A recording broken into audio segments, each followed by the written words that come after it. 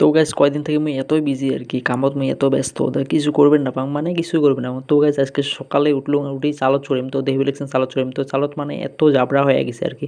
লাউ শাক টাক দেওয়া হয়েছে, তো সাফা করা লাগবে। তো চড়িয়ে শাহরুখ খানের কথা মনে পড়িল, তো দেখলেন শাহরুখ খানের মতো করলুম, তো কেমন লাগছে নিশ্চয় জানাবেন।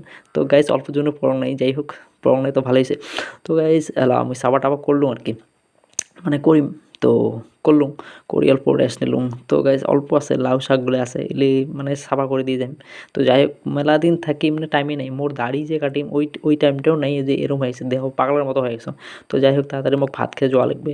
তো গাইজ মোর ঠান্ডার দিনে একটাই মোর মানে বহুত ঝামেলা, তোমার বা কেমন, মোর সকালে উঠপিরে মানে না। তো গাইজ উঠতে দেরি হয়েছে, থামাতো ভাতটা খেয়া আসি গেল টোটো চলুম। তো টোটো চড়িয়ে এলা যাবো আমরা কামত।